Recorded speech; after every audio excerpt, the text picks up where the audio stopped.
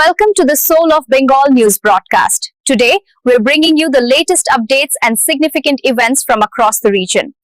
আওয়ামী লীগকে কোনো রাজনৈতিক কর্মসূচি করার জন্য রাজপথে নামতে দিবেন না, মানি, সমর্থন করি। কিন্তু এইভাবে আওয়ামী লীগকে আপনি কয়দিন রাজপথে পুলিশ দিয়ে ঠেকাবেন? আপনারা বলবেন আওয়ামী লীগকে নির্বাচনে আমরা চাই না, আওয়ামী লীগ এদেশে রাজনীতি করতে পারবে না। কিন্তু কি পদক্ষেপ নিচ্ছেন?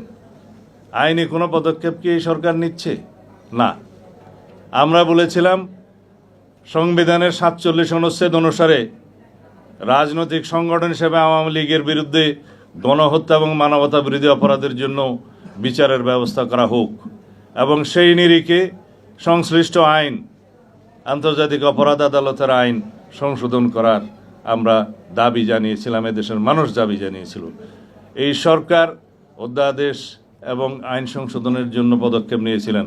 হঠাৎ করে তারা ক্যাবিনেট মিটিংয়ে সিদ্ধান্ত নিলেন এটা করা যাবে না। কেন? আওয়ামী লীগের একদিকে আপনারা চাইবেন রাজনীতিতে নিষিদ্ধ হোক, আবার তাদের বিচার করবেন না, আবার পুলিশ দিয়ে তাদের রাজনৈতিক কর্মসূচি আপনারা বাধা দিবেন। এত স্ববিরোধিতা ঠিক নয়।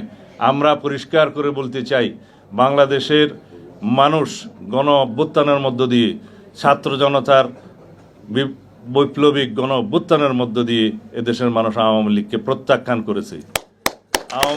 আওয়ামী ফ্যাসিবাদের রাজনীতিকে প্রত্যাখ্যান করেছে, তাদেরকে বিতাড়ন করেছে। সেই আওয়ামী লীগ নামে বাংলাদেশের রাজনীতি করতে পারবে না। এই আওয়াজ আমরা এখন উঠাচ্ছি।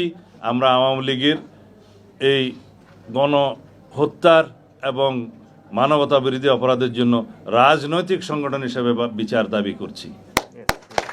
বিচারিক প্রক্রিয়ার মধ্য দিয়ে নির্ধারণ হোক বাংলাদেশে আওয়ামী লীগ রাজনীতি করতে পারবে কিনা, নির্বাচন করতে পারবে কিনা।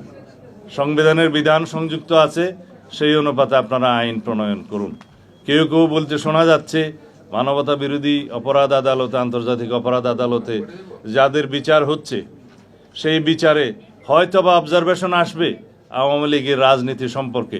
সেটা অত্যন্ত দুর্বল অবজারভেশন হবে। তখনও আপনাদেরকে প্রশাসনিক আদেশ দিতে হবে, তখনও আপনাদেরকে আইন প্রণয়ন করতে হবে সেই অবজারভেশনের নিরিখে।